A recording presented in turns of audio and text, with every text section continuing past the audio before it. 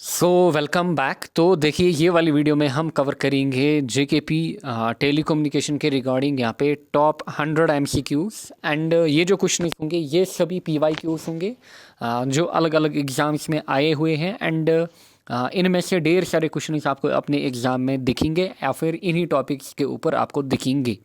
Now आपको क्या करना है, आपको सेशन को अटेंड करना है एंड तक। जितने भी 100 MCQs यहाँ पे आपको मिलेंगे, आपको अपना स्कोर जो है वो कमेंट सेक्शन में मेंशन करना है।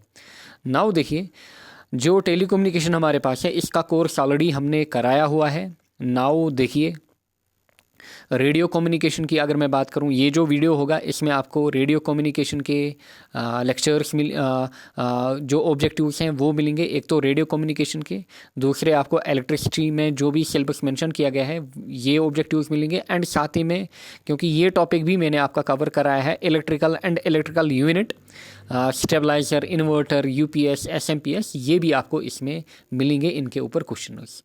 नाउ ये आपका यहाँ पे स्कोर है, आप अपना स्कोर देख सकते हो एंड अपना स्कोर मेंशन भी कर सकते हो आप किस रेंज में लाइक कर रहे हो। सो नाउ देखिए, पहला क्वेश्चन यहाँ पे, according to the voltage classification. पहला question, according to voltage classification the voltage range between 650 volt and 33,000 volt. So आपको जो वोल्टेज का रेंज दिया गया है दैट इज 650 टू 33,000 वोल्टेज का रेंज आपको दिया गया है। आपको बताना है ये किस में लाई कर रहा है, high voltage, extra high voltage, low voltage, medium voltage. So medium voltage, low voltage, extra high voltage या फिर हाई वोल्टेज, आपको बताना है किस रेंज में ये लाई कर रहा है। नाउ हमने पढ़ा है कि जो हमारे पास लो वोल्टेज होती है, फिर हमने देखा था मीडियम वोल्टेज, देन वैसा हाई वोल्टेज क्या होती है हमारे पास। सिमिलरली हमने देखा एक्स्ट्रा हाई वोल्टेज एंड साथ ही में सुपर हाई वोल्टेज। ना अगर मैं लो वोल्टेज की बात करूं, लो वोल्टेज हमारे पास जनरली किस रेंज में, अप टू 250 वोल्ट्स। एंड अगर यही मैं 250 से कहाँ तक ले जाऊं, 650 तक, सो ये आएगा मेरा medium volt. And high volts की अगर मैं बात करूं, ये हमारा आएगा 650 टू 33,000 यहाँ पे वोल्ट्स। एंड अगर मैं इसी 33,000 को मैं यहाँ पे लिख सकता हूँ 33 kilo volt to 132 kilo volt, kilo volt में मैं लिख रहा हूँ, ये आएगा एक्स्ट्रा हाई वोल्टेज में। एंड जब भी हमारे पास वोल्टेज होगी greater than 132 kilo volt, that will be basically हमारे पास सुपर हाई वोल्ट। सो आपको बताना है देयरफॉर कौन सा रेंज है आपके पास क्वेश्चन में, 650 टू ये वाला 33,000 या फिर 33,000 को आप बोल सकते हो 33 kilo volt. So this is basically high voltage.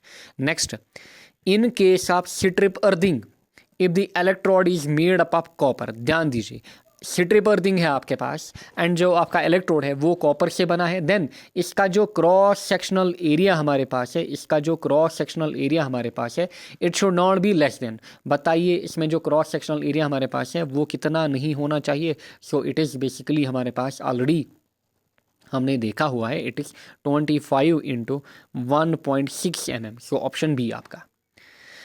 For performing pipe earthing which of the following materials is not required. Pipe earthing के लिए आपको किस मटेरियल की रिक्वायरमेंट नहीं है, salt and charcoal, 60 into 60 into 6 mm GI pipe, funnel with wire mesh या फिर 38 mm GI pipe. 38 mm GI pipe, funnel with wire mesh, 60 into 60 into 6 mm GI pipe, salt and charcoal. बताइए आपको क्या करनी है, pipe earthing आपको किसकी requirement नहीं है। देखिए, आपको साल्ट एंड चारकोल चाहिए होता है, वहाँ पे आपको वायर मैश चाहिए होता है स्पेशली विथ फनल, एंड आपको 30 mm GI पाइप की रिक्वायरमेंट होती है। सो ये वहाँ पे आपको नीड नहीं है। ये जो ऑप्शन आपको दिया गया है GI पाइप, GI प्लेट का, सॉरी GI प्लेट का 60 इंटू 60 इंटू 6 mm, ये इसका पूरा डायमेंशन आपको दिया गया है, इसकी रिक्वायरमेंट हमें नहीं होती है। Next, which of the following types of wiring is preferred for workshop lighting. So बताइए वर्कशॉप लाइटिंग के लिए आप किसको प्रेफर करते हो, केसिंग कैपिंग को, बैटन वायरिंग को, कंसील्ड कंड्यूट वायरिंग को, सरफेस कंड्यूट वायरिंग को। सो बेसिकली आप प्रेफर करते हो concealed conduit wiring. Next, which of the following can be placed near the main board to protect whole installation. किस को आप किस डिवाइस को आप रखोगे नियर दी मैन बोर्ड ताकि ये प्रोटेक्ट करे पूरी इंस्टॉलेशन को।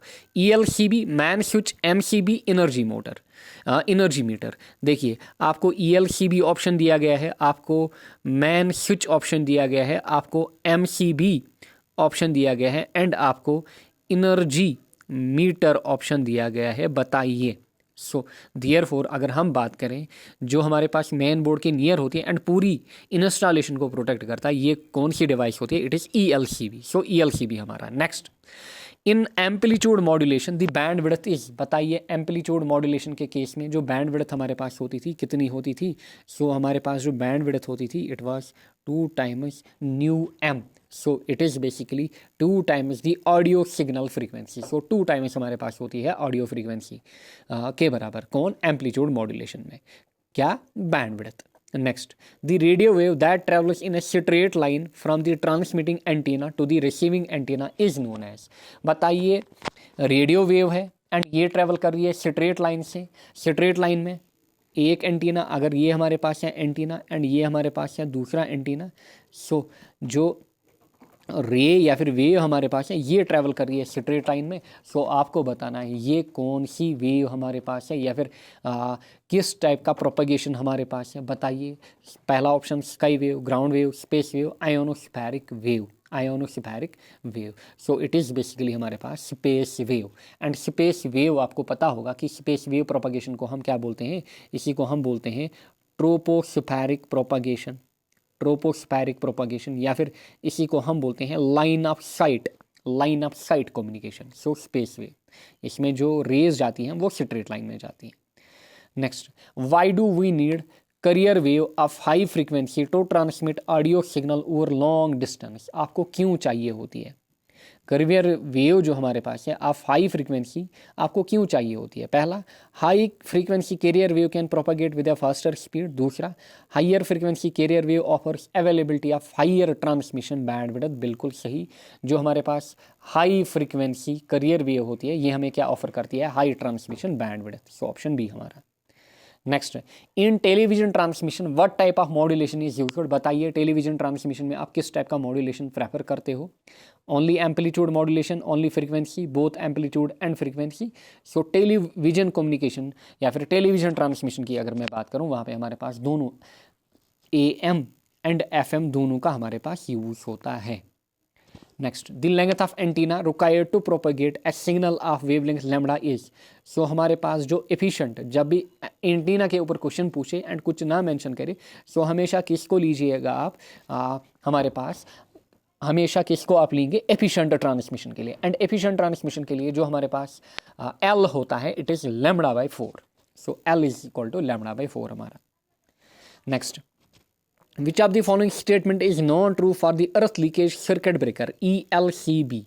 ELCB के बारे में आपसे पूछ रहा है कि नॉट ट्रू, कौन सा ऑप्शन यहाँ पे ट्रू नहीं है? पहला, ELCB ऑपरेट्स वेरी क्विकली। ध्यान दीजिए, ELCB operates very quickly when extremely high leakage current flows. Then the protection provided by ELCB against electric shock is higher than a fuse or MCB। Then ELCB is called residual current circuit breaker। It is used for protection of earth leakage। This is arranged to अच्छा ELCB can be placed near the main board to protect the whole installation. Question क्या बोल रहा है कि which of the following statement is not true about ELCB। ELCB के बारे में हमारे पास कौन सी स्टेटमेंट ट्रू नहीं है? So it is ELCB operates very quickly. ELCB quickly operate नहीं करता है। बाकी जितने भी ऑप्शन हैं ये हमारे पास क्या है? ये हमारे पास ट्रू है। एंड ऑप्शन 1 हमारे पास है दिस इज नॉट ट्रू, क्योंकि ये सब इसके फीचर्स हैं।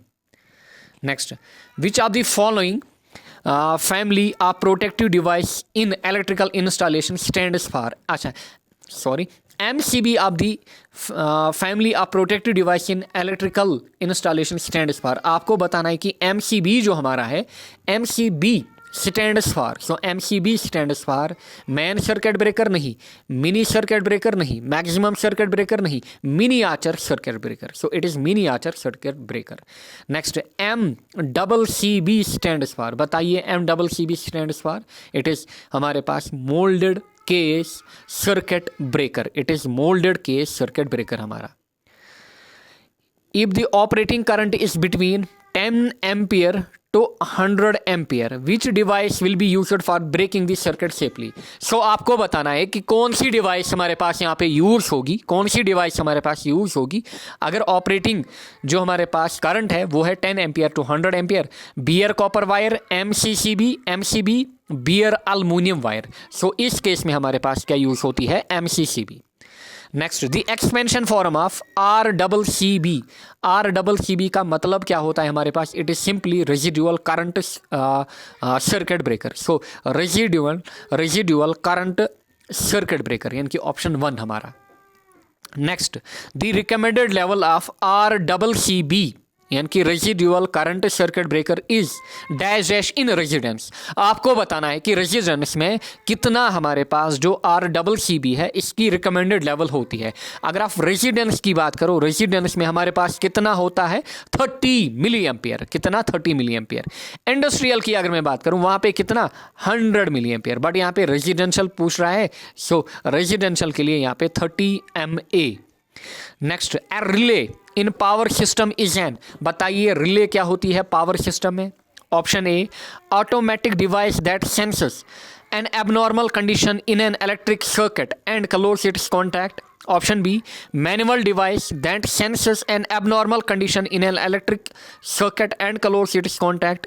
Automatic device that senses an abnormal condition in an electric circuit and opens its contact. Then automatic device that senses an abnormal condition in an electronic circuit and opens its contact. So relay हमारे पास क्या होता है, you must be knowing. relay हमारे पास automatic device होती है that senses abnormal condition in an electric circuit and close its contacts. A switch is used to dash the electric circuit. switch किसके लिए यूज होती है? make और break the circuit के लिए हमारे पास switch यूज होती है। Intermediate switch is also called, बताइए इंटरमीडिएट स्विच जो हमारे पास है इसको हम और क्या बताते हैं? इंटरमीडिएट स्विच को हम 1 वे स्विच नहीं 4 वे स्विच, जी हाँ 4 वे स्विच इसको हम बताते हैं। Next, a megger is use to measure, बताइए मैगर का हम किसके लिए यूज करते हैं? मैगर का जनरली हम यूज करते हैं as high value of resistance, particularly insulation resistance को मेजर करने के लिए किसका यूज हम करते हैं? मैगर का। सो इट इज बेसिकली हमारे पास हाई रेजिस्टेंस, मैगर हमारे पास क्या होती है? High resistance. Next, the insulation resistance test is performed using a या फिर एन। जो इंसुलेशन रेजिस्टेंस टेस्ट होता है, इंसुलेशन रेजिस्टेंस टेस्ट, ये हम किससे करते हैं? एमीटर नहीं, megger, galvanometer, voltmeter. So megger से हम बेसिकली क्या करते हैं? Insulation resistance test. सब चीज़ें हमने देखी हुई है।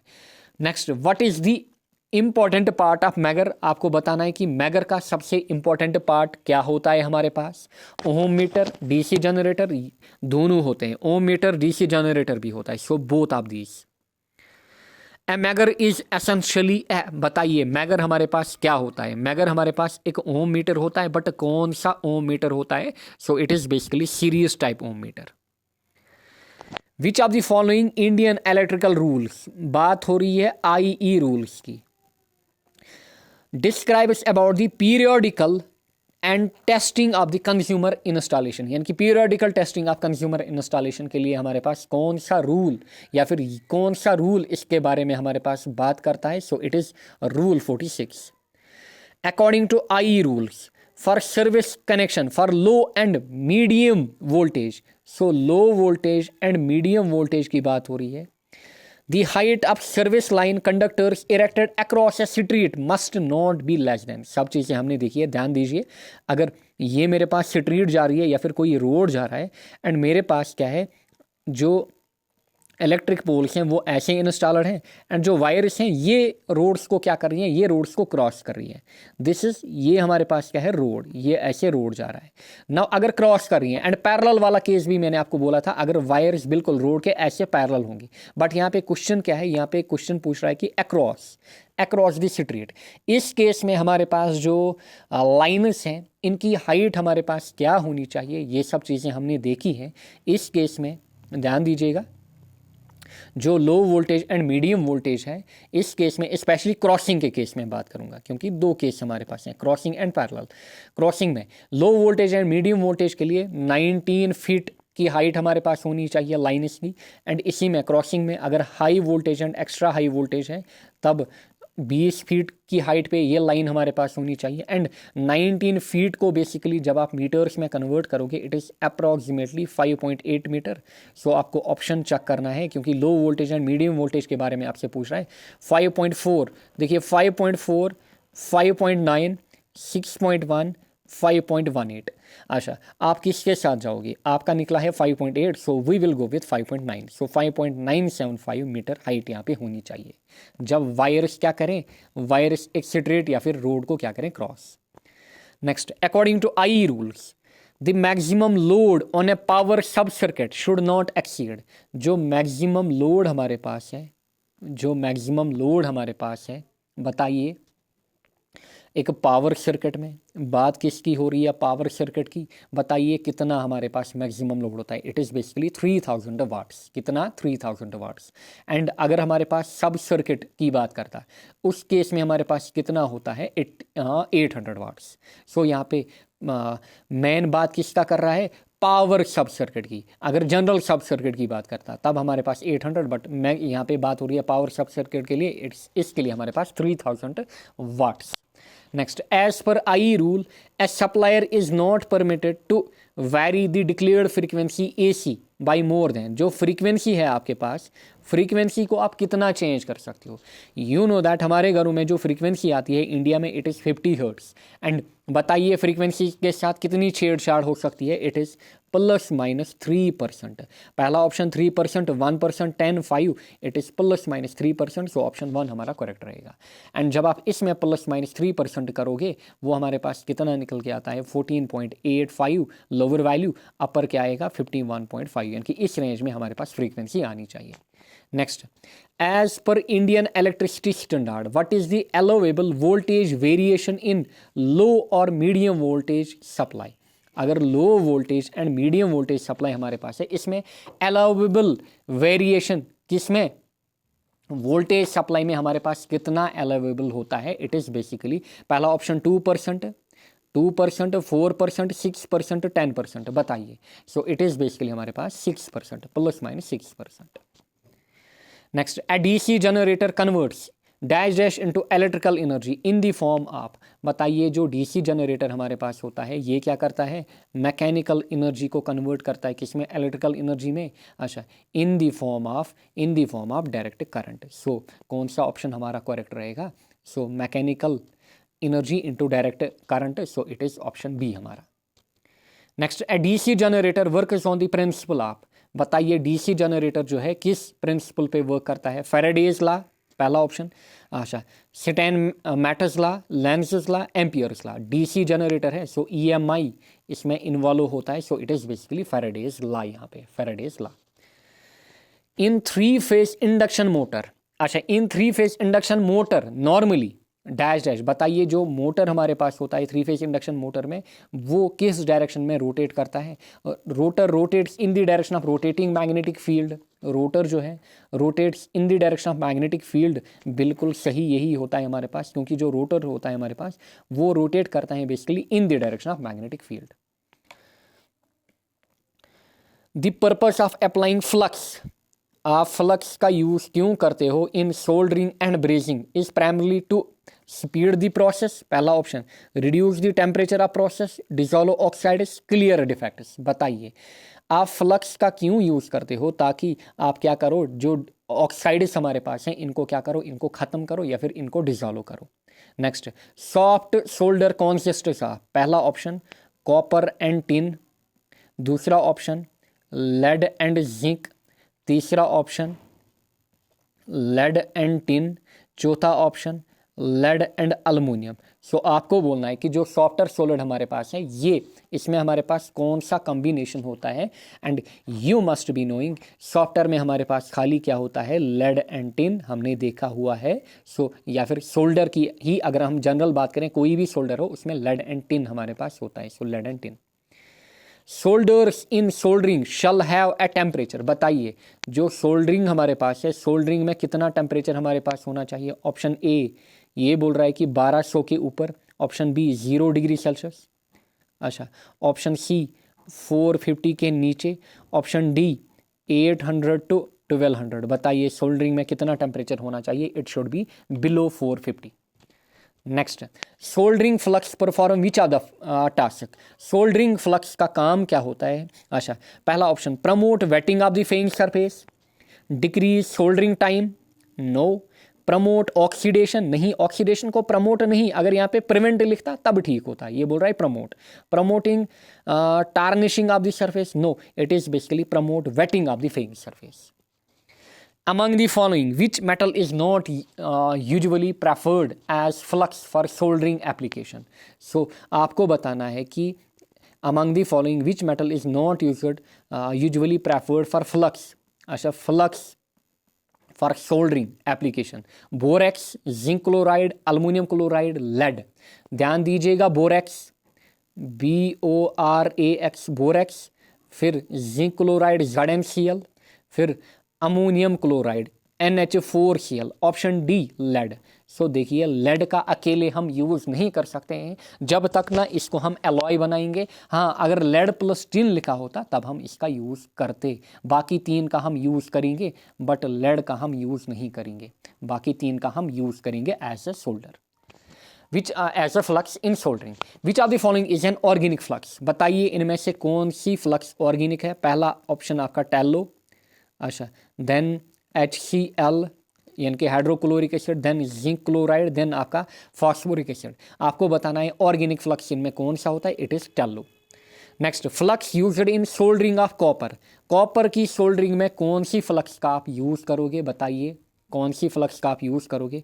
Copper chloride CuCl, silver chloride AgCl, ZnCl, या फिर अमोनियम क्लोराइड। सो हमेशा किसका हम ज़्यादा प्रेफर करते हैं या फिर कॉमनली यूज्ड हमारे पास होती है कॉपर सोल्डरिंग के केस में? ZnCl, ये हमारे पास मोस्ट कॉमन होती है। Which of the following is not an organic inorganic flux. ध्यान दीजिएगा, इनऑर्गेनिक फ्लक्स, इनमें से कौन सी फ्लक्स इनऑर्गेनिक नहीं है? Resin, zinc chloride, phosphoric acid, ammonium chloride. Zinc chloride, phosphoric acid, ammonium chloride, ये हमारे पास क्या है? इनऑर्गेनिक। रेजिन एंड टैलो, ये हमारे पास क्या होते हैं? Organic. The process of mixing AF signal with RF wave. So AF को आप मिक्स कर रहे हो किसके साथ? RF के साथ। बताइए इसको हम क्या बोलते हैं? Modulation, demodulation, oscillation, amplification. So it is basically modulation. ध्यान दीजिए, if the space wave propagation of radio waves, अच्छा, in the space wave propagation of radio waves, comma, if the height of both the antennas is h। अगर हमारे पास space wave communication की बात हो रही है, स्पेस वेव कम्युनिकेशन की बात हो रही है, अगर हमारे पास दोनों एंटीनास की जो हाइट है इट इज़ h, इसकी भी हाइट h है, यू नो दैट, ये हमारे पास क्या है? लाइन ऑफ साइट कम्युनिकेशन या फिर स्ट्रेट लाइन में। इस केस में आपको बताना है फिर the maximum line of sight distance, जो हमारे पास maximum line of side distance इनके बीच होगा यानी कि डी मैक्स। बताइए वो कितना होगा? And you must be knowing, हमारे पास अगर आपको पता होगा, जो एक, अगर मैं ए की बात करूं, एक के लिए डी हमारे पास कितना होता है? √2RH। For example this is transmitting HT। अच्छा, या फिर टोटल जो DM होगा हमारे पास, उस वो कितना होगा यानी कि रेंज कितना होगा? √2RHT। अगर ये HT है यानी कि ट्रांसमिटिंग एंटीना, एंड ये है रिसीविंग HR, प्लस यहाँ पे कितना होगा? √2H, बट कौन सा H? HR। बट क्वेश्चन में आपसे बोल रहा है कि अगर दोनों की हाइट हमारे पास कितनी है? h, so HT is equal to HR, HT is equal to HR is equal to H। बताइए this will be √2RH plus यहाँ पे √2RH, √2RH प्लस √2RH का मतलब ट्वाइस √2RH। सो इतनी हमारे पास यहाँ पे क्या होगी? डिस्टेंस, यहाँ पे horizontal distance 2 times √2RH। Next, sky wave propagation in communication system is also known है। स्काई वेव प्रोपगेशन को और किस चीज़ से हम जानते हैं? स्काई वेव प्रोपगेशन, ध्यान दीजिएगा, sky wave it is known as ionospheric wave propagation. Ionospheric, ध्यान दीजिएगा, आयोनोस्फेरिक।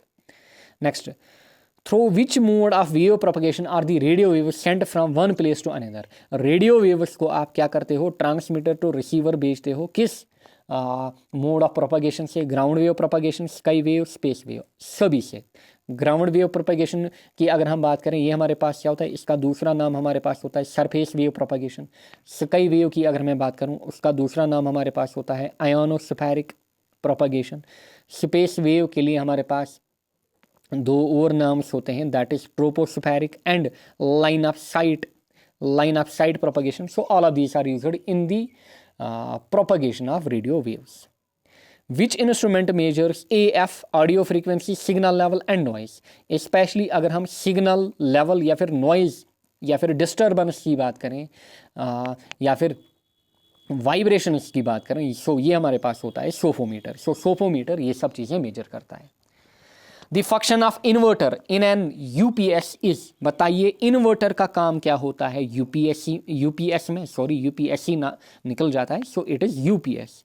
अनइंटरप्टिव पावर सप्लाई में इन्वर्टर का काम क्या होता है? इन्वर्टर का एक ही काम होता है, इन्वर्टर का काम होता है बैटरी को यूज में लाना, यानी कि बैटरी से जो डीसी है, बैटरी से डीसी है, इसको किस में कन्वर्ट करना? एसी में, यानी कि कन्वर्टिंग डीसी टू एसी। ये हमारे पास किसका काम होता है? ये हमारे पास इन्वर्टर का काम होता है।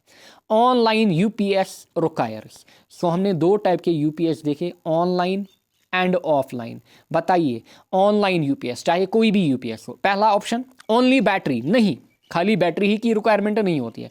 बोथ रेक्टिफायर एंड इन्वर्टर, सही, ओनली रेक्टिफायर नहीं, ओनली इन्वर्टर नहीं। देखिए बेसिकली कोई भी यूपीएस हमारे पास हो, ऑनलाइन या फिर ऑफलाइन, इसमें हमारे पास बैटरी की भी रिक्वायरमेंट होती है।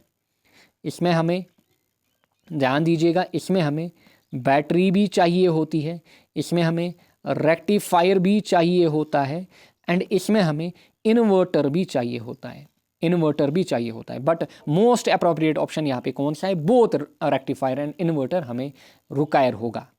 Next, an offline UPS requires, बताइए इंडक्टर, कैपेसिटर, बैटरी, रजिस्टर। ना तो इंडक्टर यूज होता है, ना तो कैपेसिटर, ना तो रजिस्टर। मैंने आपको बोला तीन ही चीज़ें यूज होती है यूपीएस में, बैटरी, रेक्टिफायर एंड इन्वर्टर। सो यहाँ पे हमारा ऑप्शन सी यानी कि ऑप्शन 3 बैटरी करेक्ट रहेगा।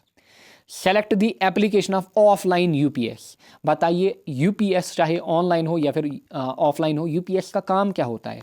Intensive care unit, medical equipment, induction motor drivers, emergency power supply. So emergency power supply किसका काम होता है? यूपीएस में, यूपीएस का। कंप्यूटर में भी आपने ये सब पढ़ा होगा। Next, on which of the following parameter the maximum torque, ध्यान दीजिएगा टी मैक्स, ये बोल रहा है कि T max 3 phase induction motor में, 3 फेज इंडक्शन मोटर में किसके ऊपर डिपेंड नहीं होता है? Does not. पहला ऑप्शन रोटर रेजिस्टेंस,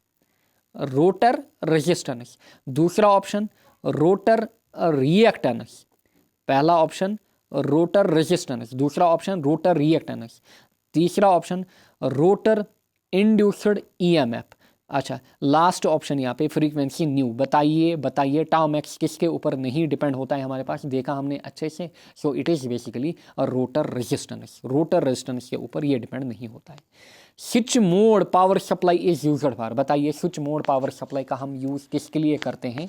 बताइए obtaining controller DC supply, switching over from one supply to another, obtaining AC voltage to low frequency, obtaining AC voltage of high frequency. So switch mode power supply हम इसीलिए use करते हैं ताकि हमें control मिले। So obtaining controller DC supply. SMPS are superior to linear power supply. So switching mode या फिर SMPS की ही बात हो रही है।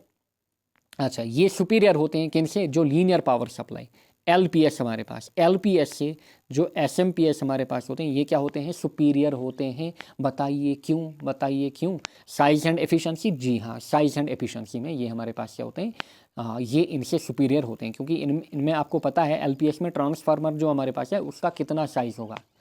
Which of the following is incorrect for SMPS, बताइए SMPS में हमारे पास कौन सा ऑप्शन यहाँ पे इनकरेक्ट है? Ripples are more at the output.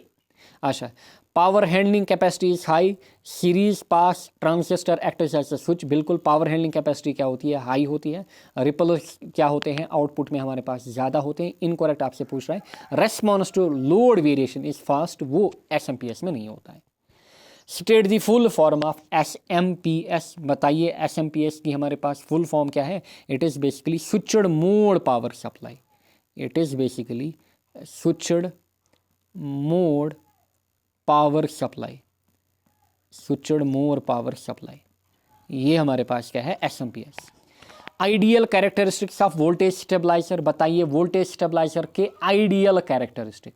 So ideal characteristic क्या होता है वोल्टेज स्टेबलाइजर का? जो भी वोल्टेज आ रही है उसको क्या करना? कांस्टेंट बनाना। वोल्टेज को क्या बनाना? कांस्टेंट। फॉर एग्जांपल 230 वोल्ट्स पे कांस्टेंट इसको बनाना। अच्छा, विथ लो इंटरनल रेजिस्टेंस, बिल्कुल। So constant output voltage with low internal resistance, with low internal resistance is हमारा correct option. Which of the following, अच्छा, what is the basic function of voltage stabilizer to provide? बताइए, अभी तो बोला voltage stabiliser का main काम हमारे पास क्या होता है? मेन काम यही होता है कांस्टेंट वोल्टेज या फिर स्टेबल वोल्टेज हमें देना आउटपुट में, stable power supply to the load, फिर stable power supply to the load, अच्छा, continuous supply of voltage, stable electric power supply to the load, stable voltage supply to the load. For 3 phase induction motor the rotor copper loss is equal to, बताइए 3 phase induction motor में जो rotor copper loss होता है किसके बराबर होता है? वो बेसिकली हमारे पास होता है slip into input power, PIN यानी कि input power. So slip into power input to rotor. A diode operating as a rectifier converts, बताइए diode as a rectifier, rectifier का काम क्या है? स्टार्टिंग में भी आपको बोला रेक्टिफायर का एक ही काम होता है, ध्यान दीजिएगा। हमारे घर में जो AC आती है इसको किस में कन्वर्ट करना? DC में कन्वर्ट करना। सो ये बेसिकली किसका काम हमारे पास होता है? ये हमारे पास रेक्टिफायर का काम होता है, AC का कन्वर्जन DC में, alternating current to direct current. An electric charge in uniform motion produces, बताइए हमने देखा था अगर चार्ज क्या होगी? चार्जेस हमारे पास रेस्ट पे होंगी, चार्जेस मोशन में होंगी, बट कौन से मोशन? यूनिफॉर्म मोशन में होंगी। अच्छा, चार्जेस मोशन में होंगी बट इस बार यूनिफॉर्म मोशन में नहीं, क्योंकि इस बार चार्जेस एक्सेलरेट कर रही होंगी एंड नॉन यूनिफॉर्मली मूव कर रही होंगी। अच्छा, सो ये इस केस में हमारे पास खाली इलेक्ट्रिक फील्ड आएगा रेस्ट में। जब यूनिफॉर्म मोशन में होंगी तब electric field and magnetic field आएगा। अच्छा, इस केस में electric field, magnetic field and electromagnetic wave सभी चीज़ें आएंगी। So charge in uniform motion produce both electric and magnetic field. An electric charge does not have which of the following properties? Total charge conservation, जी हाँ होता है। Quantization of charge होता है, 2 types of charge होती है। Circular line of force हमारे पास नहीं होता है, क्योंकि यहाँ पे लूपिंग नहीं होती है। किस केस में? जो इलेक्ट्रिक फील्ड लाइन्स होती है, बट अगर आप मैग्नेटिक फील्ड लाइन्स देखोगे वहाँ पे लूपिंग होती है। Which of the following is false for electric lines of force? बताइए जो इलेक्ट्रिक फील्ड लाइन्स हमारे पास है इसके रिलेटेड यहाँ पे आपको बोलना है कौन सा ऑप्शन इनकरेक्ट है, false. They always start from positive charge and terminate on negative charge, बिल्कुल पॉजिटिव से निकलते हैं एंड टर्मिनेट कहाँ पे? नेगेटिव पे, बिल्कुल जी हाँ। They are perpendicular to the surface of charged conductor, बिल्कुल ऐसे, ये कंडक्टर इसकी सरफेस के ऊपर perpendicular. They always form closer loop, नहीं क्लोजर लूप यहाँ पे नहीं बनते हैं। Next, in a certain region of space the electric field is zero, it follows that. अच्छा, अगर इलेक्ट्रिक फील्ड जीरो हमारे पास होगा, पोटेंशियल सभी में आपको पोटेंशियल दिख रहा है। So electric field and potential के बीच रिलेशन है, ई हमारे पास क्या है? dV/dr। अगर ई जीरो होगा हमारा, इस इक्वेशन से बाय इंटीग्रेशन हमें पता चलता है कि V जो हमारा है दैट इज कॉन्स्टेंट, बताया हुआ है। सो पोटेंशियल हमारा हमेशा क्या रहेगा? कॉन्स्टेंट। जिस रीजन में भी हमारे पास फील्ड कितनी होगी? इलेक्ट्रिक फील्ड हमारे पास जीरो होगी।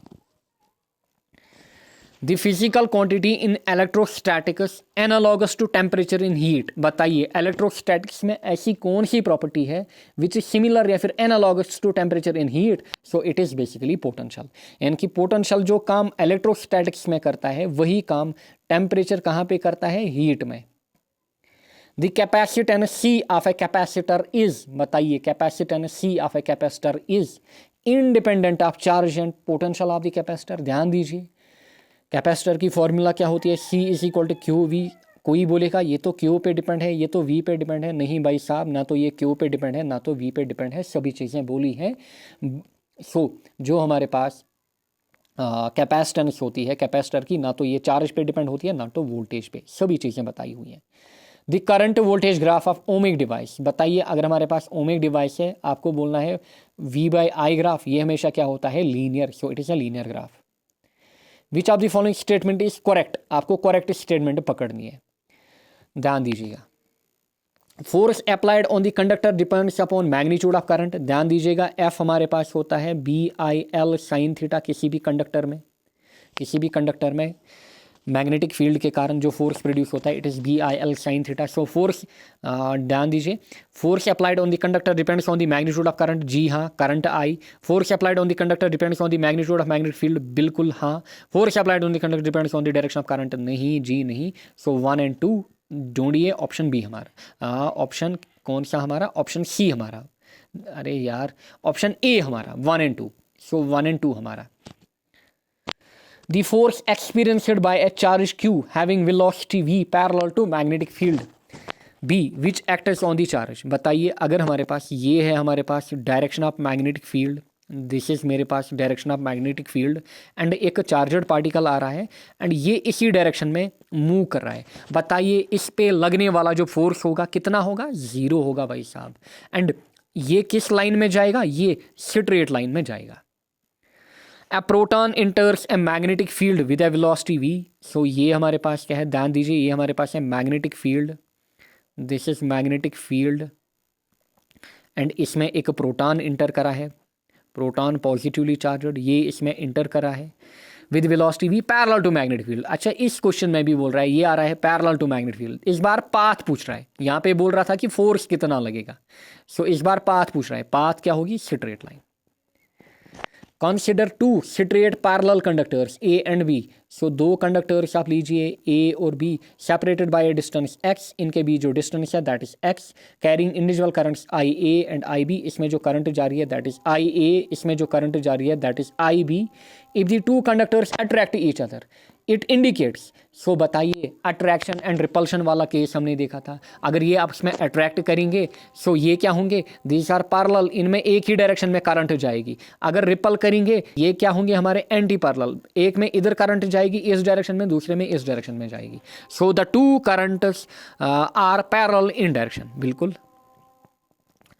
A galvanometer can be converted into voltmeter, so galvanometer को आपको कन्वर्ट करना है किस में, वोल्ट मीटर में। बताइए आप किस चीज़ का यूज़ करोगे, आप क्या यूज़ करोगे, आप हाई रेजिस्टेंस का यूज़ करोगे। किसका यूज़ करोगे, हाई रेजिस्टेंस का, वो भी किस में, सीरीज़ में। सो हाई रेजिस्टेंस इन सीरीज़ किधर है, high resistance in series. What is electromagnetic induction, बताइए इलेक्ट्रोमैग्नेटिक इंडक्शन की डेफिनेशन आपसे पूछ रहा है कि EMI होता क्या है। EMI हमारे पास क्या होता है, जब भी एक कॉइल के थ्रू करंट हमारे पास फ्लो करती है उसमें हमारे पास क्या होता है, उसमें हमारे पास बेसिकली EMF, क्योंकि पहले फ्लक्स प्रोड्यूस होगा फिर उसके कारण EMF इंड्यूस होगा। The generation of electric current due to the relative motion between the coils and the magnetic field. In an AC circuit, power is consumed only in, so AC circuit की बात हो रही है, जो power loss आपने पढ़ा, बताइए power कौन सी डिवाइस यहाँ पे हमारे पास कंज्यूम करती है, कैपेसिटर नहीं, चोक नहीं, इंडक्टर नहीं, खाली रेजिस्टेंस, क्योंकि power loss is only due to resistance हमारे पास। Next, what does the diagram show या फिर डिपिक्ट, ये वाली डायग्राम क्या डिपिक्ट करती है या फिर शो कर रही है। देखिए इसमें आपको ये जो दिख रहे हैं दीज आर इलेक्ट्रॉन्स, ये जो इलेक्ट्रॉन्स हैं या फिर ये जो चार्ज कैरियर्स हैं ये किस में है, रैंडम मोशन में। सो रैंडम मोशन सभी में ऑप्शन है। अब आपको बताना है कि ये ओपन सर्किट है या फिर क्लोज्ड सर्किट। क्लोज्ड सर्किट मतलब जो कनेक्शन हैं वो दिए हुए हैं and current is flowing, current is not equal to 0। Open circuit मतलब करंट कितनी, करंट 0, कनेक्शन नहीं दिए हुए हैं। सो दिस इज, अगर रैंडम मोशन में है सो देयरफॉर ये किस केस में होगा, ये हमारे पास रैंडम मोशन होगा of electrons in open circuit. जब भी करंट फ्लो करेगी ये पर्टिकुलर डायरेक्शन में मूव करेंगे, ये रैंडम मोशन में नहीं होंगे, ये पर्टिकुलर डायरेक्शन में मूव करेंगे। A filament of an electric bulb draws a current of 0.8 ampere. So I हमारे पास कितना, 0.8 एम्पियर इन 5 मिनट्स। टाइम हमें कितना दिया गया है, टाइम हमें दिया गया है 5 minute. Find the amount of electric charge, आपको चार्ज निकालनी है। आई हमारे पास होता है Q/T, Q हमारे पास कितना होगा, टी इधर जाएगा, क्यू हमारे पास होगा आई इंटू टी। बताइए हमारे पास कितनी चार्ज आपको कूलम में निकालनी है। सो 5 मिनट को आपको कन्वर्ट करना पड़ेगा किसमें, सेकंड में। सो इट इज़ 5 इंटू 60। अब आया ये सेकंड में, ध्यान दीजिएगा आई हमारा कितना, आई हमारा 0.8, टी हमारा कितना 5 इंटू यहाँ पे 60, 8 इंटू 0.8 इंटू 5 कितना होगा 4, 4 इंटू 60 कितना होगा 240, 240 coulomb. So 240 coulomb. Next, electric field strength of charge. बताइए electric field strength of charge हमारे पास, बताइए increase with distance, decrease with cube of distance, decrease with distance, decrease with square of distance. Electric field strength of a charge आपको बतानी है।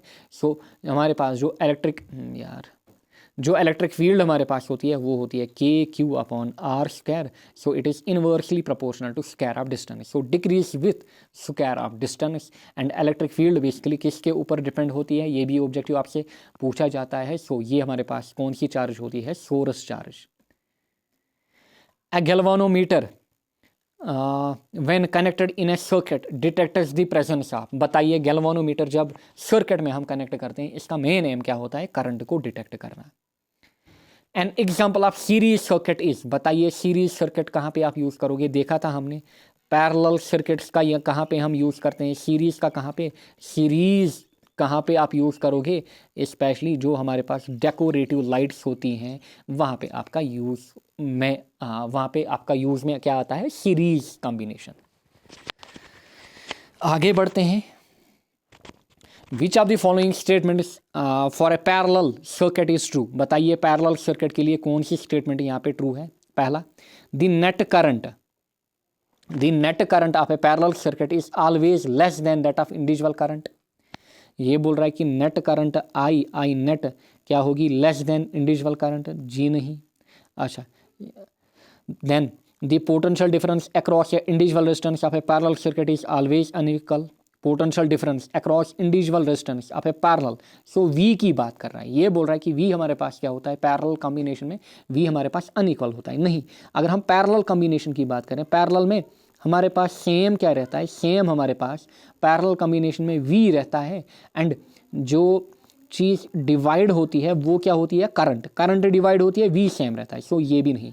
The net resistance of a parallel circuit is always less than the sum of individual resistance. जी हाँ, क्योंकि जो आप net resistance निकालते हो 1/R इक्विवेलेंट, वो हमारे पास होती है 1/R1 प्लस 1/R2। सो ये बेसिकली हमारे पास मिनिमम होती है। एंड जब भी आपसे पूछा जाए कि आपको 2 रेजिस्टर्स देगा, फॉर एग्जांपल आपको देगा R1 equal to 10 ohm, R2 equal to 20 ohm, आपको बोलेगा फाइंड द मैक्सिमम रेजिस्टेंस। कुछ नहीं मेंशन किया होगा, ना तो सीरीज ना तो पैरेलल, हमेशा आप जाएंगे सीरीज के साथ। So R equivalent is equal to R1 plus R2। So series में मैक्सिमम रेजिस्टेंस जो इक्विवेलेंट निकल के आती है, पैरेलल में जो इक्विवेलेंट रेजिस्टेंस निकल के आती है वो लेस निकल के आती है। So option C. Next, what are, अच्छा, wire are electrical switch are connected. बताइए जो इलेक्ट्रिकल स्विच आपके पास होती है किस वायर के साथ आप कनेक्ट करते हो, live wire, ground wire, neutral wire, all of these, सभी के साथ। बताइए। सो जो लाइव वायर होती है, लाइव वायर को हमेशा हम किसके साथ कनेक्ट करते हैं, जो स्विच हमारे पास होती है, स्विच को हमेशा हम किसके साथ कनेक्ट करते हैं, लाइव वायर। स्विच हो गया, फ्यूज हो गया, इनको हम लाइव वायर से ही कनेक्ट करते हैं। एंड बताइए लाइव वायर या फिर फेज बी जिसको बोला जाता है, फिर न्यूट्रल वायर, एंड फिर हमारे पास अर्थ। बताइए इनकी कलर कोडिंग, ये भी एग्जाम्स में पूछा जाता है एंड बताया हुआ है आपको। बताइए लाइव वायर की अगर मैं बात करूं, इसमें कलर कोडिंग क्या है, रेड। न्यूट्रल की बात करूं, न्यूट्रल हमारे पास ब्लैक। अर्थ की अगर मैं बात करूं, इट इज़ ग्रीन या फिर येलो, कहीं पे ग्रीन कहीं पे येलो। फिर बताइए इलेक्ट्रिक शॉर्ट सर्किट जब ओकर करता है उस केस में क्या होता है, शॉर्ट सर्किट के केस में लाइव एंड न्यूट्रल वायर्स जो हैं वो टच करती हैं, यानी कि रेड एंड ब्लैक वायर जो हैं वो टच करती हैं, तब शॉर्ट सर्किट हो जाता है। ध्यान दीजिएगा, शॉर्ट सर्किट आपका तब ओकर करेगा। सो इस क्वेश्चन का जो करेक्ट ऑप्शन रहेगा that will B live wire. Ratio of voltage and direct current in a closed electric circuit remains constant, varies, increase, decrease। Ratio of voltage, ध्यान दीजिए, ratio of voltage and direct current एक circuit में, closed circuit में हमेशा क्या रहता है, constant. क्यों कांस्टेंट? क्योंकि ये हमारे पास रेजिस्टेंस की बात हो रही है, आर हमारे पास होता है V अपॉन आई, एंड ओम ने बोला है, ओम साहब ने बोला है कि आर जो हमारे पास होता है एक कांस्टेंट होता है, रिमेन्स कांस्टेंट। बस क्वेश्चन को ट्विस्ट किया था, बाकी कुछ नहीं थी, it was statement of Ohm's law. Number 80 among various electrical safety device, one based on the heating effect of electric current is called as fuse, circuit breaker, protective relay, surge protector. So fuse हमारे पास किस effect के ऊपर होता है? It is based on the application of heating effect. Why the batteries are used in electric circuit? बताइए batteries का क्यों हम यूज़ करते हैं? बैटरी का हम इसीलिए यूज़ करते हैं एक सर्किट में, ताकि हमारे पास जनरेट हो जाए पोटेंशियल डिफरेंस। हमारे पास क्या जनरेट हो जाए? Potential difference. एंड जो मैक्सिमम वोल्टेज होती है बैटरी में, that is known as EMF। And किसी रजिस्टर के अक्रॉस जो वोल्टेज होती है उसको हम बोलते हैं potential difference. The current in a short circuit does not change increase enormously. जब भी शॉर्ट सर्किट होता है, अभी मैंने आपको बोला कब शॉर्ट सर्किट होगा, जब live wire and neutral wire आपस में क्या करेंगे? आपस में टच करेंगे, यानी कि red and black wire. So इस केस में जो करंट होती है वो एब्रप्टली इंक्रीज होती है, इनफाइनाइट हो जाती है। Two registers R1 and R2 with resistances 2 ohm and 3 ohm respectively are connected in series. ध्यान दीजिए, 2 ohm एंड 3 ohm सीरीज में है। तो a battery of 15 volt, source कितना हमारे पास है यहाँ पे? 15 volt. The current across, this is 15 volt, ये ओम ये ओम। द करंट अक्रॉस R2 मतलब ये वाला, दिस इज R2, ये हमारे पास R1। आपको बतानी है कितनी करंट फ्लो करेगी। सो जब आप R इक्विवेलेंट निकालोगे, R इक्विवेलेंट कितना होगा? क्योंकि सीरीज में है, 2 + 3 कितना? 5। अच्छा, V आपको दिया गया है 15, आप I निकालिए, I हमारे पास कितना होगा? I is equal to V/R, क्योंकि V is equal to IR। So I होगा V/R। So this will B 15/5। 15/5 हमारा कितना होगा? 3, क्योंकि ये दोनों सीरीज में है। जो करंट यहाँ से जाएगी 3, वही यहाँ से भी जाएगी, यहाँ से वही यहाँ से आएगी। क्योंकि ध्यान दीजिएगा, सीरीज में आपको पता है सेम क्या रहता है? सेम हमारे पास रहती है करंट। वैरी क्या करती है सीरीज में? वोल्टेज या फिर पोटेंशियल वैरी करता है। सो चाहे इस रजिस्टर के अक्रॉस पहुँचे या फिर इसके, दोनों के केस में हमारे पास सेम करंट जाएगी, 3 एम्पियर। नेक्स्ट इज हमारे पास यहाँ पे number 84, AC and DC are the form. बताइए AC और DC क्या होता है? AC और DC, अच्छा, एडिशनल कमिश्नर, डिविजनल कमिश्नर नहीं, ये हमारे पास क्या होते हैं? इलेक्ट्रिसिटी में टाइप्स ऑफ चार्ज फ्लो, क्योंकि ये बेसिकली क्या होते हैं? Types of current and current का नाम ही हमारे पास है चार्ज फ्लो।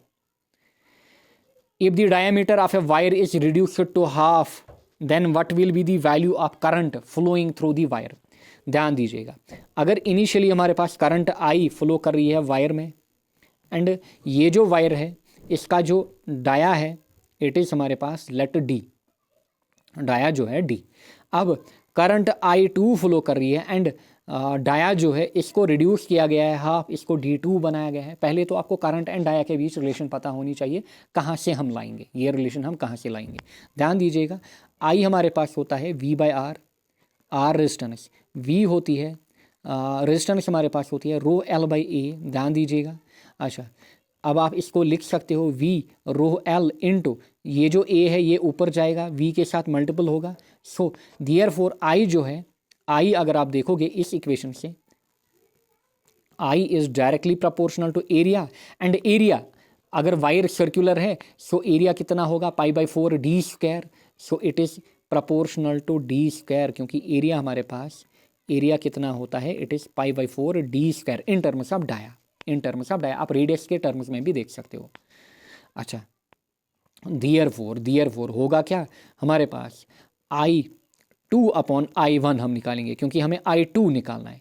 सो I2/I1 में लिखूंगा, इट इज़ बेसिकली D/2, अच्छा, D/2 का होल स्क्वायर, क्योंकि I हमारे पास है डायरेक्टली प्रोपोर्शनल D², I हमारे पास है directly proportional D² according to area equation. So it is D/2 square, नीचे हमारे पास D²। सो होगा क्या हमारे पास? ध्यान दीजिएगा, this will be equal to D² और नीचे क्या आएगा, 2 का स्क्वायर कितना होगा 4, डी स्क्वायर बाई 4। अच्छा यहाँ से डी स्क्वायर रहा, डी स्क्वायर और डी स्क्वायर गया, आपके पास क्या बचा 1/4। सो I2 आपका निकलेगा, I1 इधर जाएगा, I1/4, सो 1/4। 1/4 समझ में आया होगा, समझ में आया होगा। बस आपको ये रिलेशन याद रखनी है भाई साहब, ये इक्वेशन याद रखनी है। आई हमारे पास होता है V into A divide by rho L. A क्या है, area, and area is proportional to D square dia का square. Identify the correct statement from the following.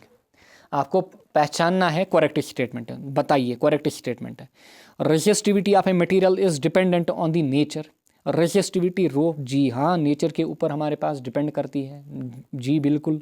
Resistivity of a material is independent of area, जी हाँ, जो resistivity हमारे पास है ये डायमेंशन के ऊपर डिपेंड नहीं करती है। Length comma area, length comma area, length comma area पे रो हमारा डिपेंड नहीं होता है। Resistivity of a pure metal is more than it is alloy. No no no, जो हमारे पास प्योर मेटल्स होते हैं, नीचे एलॉय, फिर सेमीकंडक्टर, फिर हमारे पास क्या होता है, फिर हमारे पास इंसुलेटर। जितना आप मेटल से नीचे आओगे, मेटल और एलॉय हमारे पास होते हैं कंडक्टर, जितना आप ऊपर से नीचे आओगे रेजिस्टिविटी बढ़ेगी। मेटल्स में सबसे कम रेजिस्टिविटी होती है। So resistivity of your metal is less. So 1 and 2 are correct. ढूंढिए option C, 1 and 2 are correct. Conduction in liquid occurs, बताइए, मैंने आपको बोला था सॉलिड्स में कैसे कंडक्शन ऑकर करता है, लिक्विड्स में कैसे, बताइए। Conduction in liquid occurs, liquids में कैसे कंडक्शन होता है। It is basically due to motion of positive and negative charges. जो पॉजिटिव एंड नेगेटिव आयन्स होते हैं इनका मोशन होता है। The resistance of a conductor is non dependent on, बताइए जो रेजिस्टेंस होती है it is rho L upon A. So area बिल्कुल जी हाँ आपको इन्वर्स दिख रहा है, करंट नहीं, लेंथ बिल्कुल जी हाँ, टेम्परेचर पे भी डिपेंड है एंड रेजिस्टिविटी पे भी डिपेंड है, या फिर रेजिस्टिविटी क्योंकि this is the property of a medium. So basically ये नेचर ऑफ मटेरियल पे भी डिपेंड है, बट करंट फ्लो के ऊपर डिपेंड नहीं है। Option B.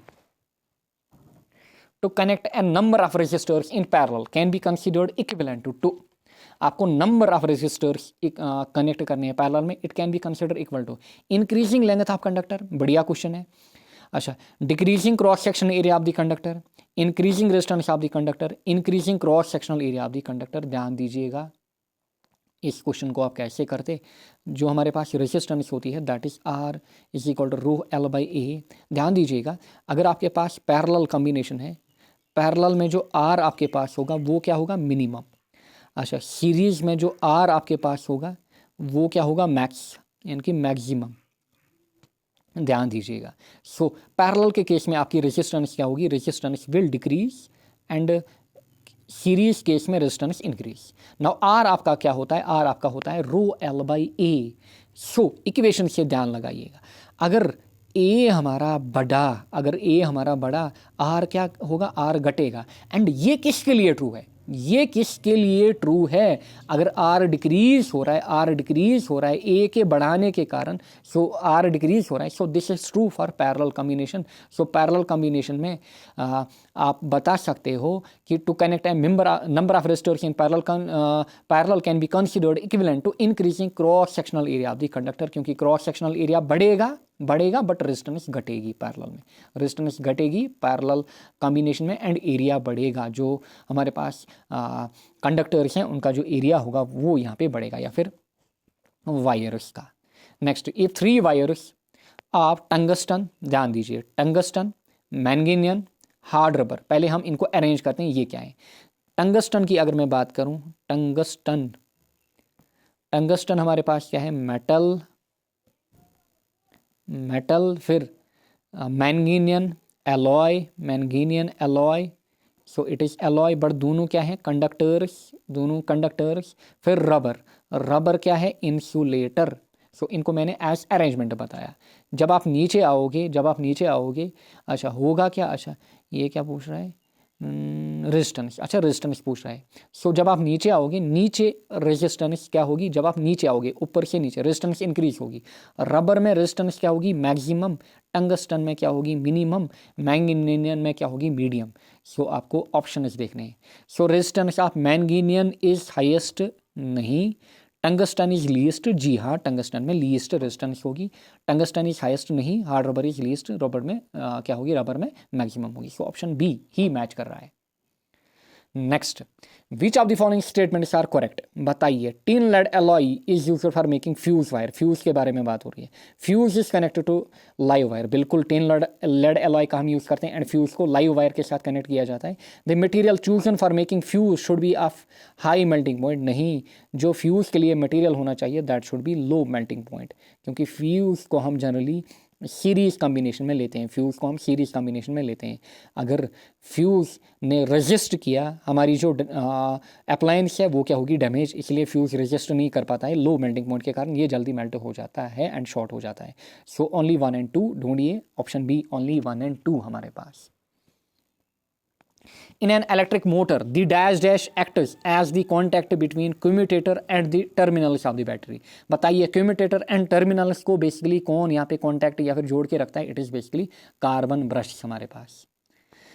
N AC generator works on the principle, आप बताइए AC जनरेटर का प्रिंसिपल पूछ रहा है। So it is basically on the principle of EMI, electromagnetic induction. The armature of an electric motor consists of, बताइए electric motor का armature, ध्यान दीजिएगा आर्मेचर, बताइए इसमें क्या क्या होता है? सॉफ्ट आयरन कोर, जी हाँ, कॉइल्स होती हैं एंड मैग्नेट नहीं होते हैं। So soft iron core and coil, यानी कि 1 एंड 2 हमारे पास। So both 1 and 2, option D. The fuse used for domestic purpose is rated in the range, बताइए फ्यूज़ को हम डोमेस्टिक पर्पस में जो फ्यूज़ हम यूज़ करते हैं उनका रेंज हमारे पास क्या होता है? Market range. सो अगर आप रेंज की बात करोगे, इनका जो ऑन एन एवरेज की अगर मैं बात करूँ, वो हमारे पास होता है 5 to 15 एम्पियर।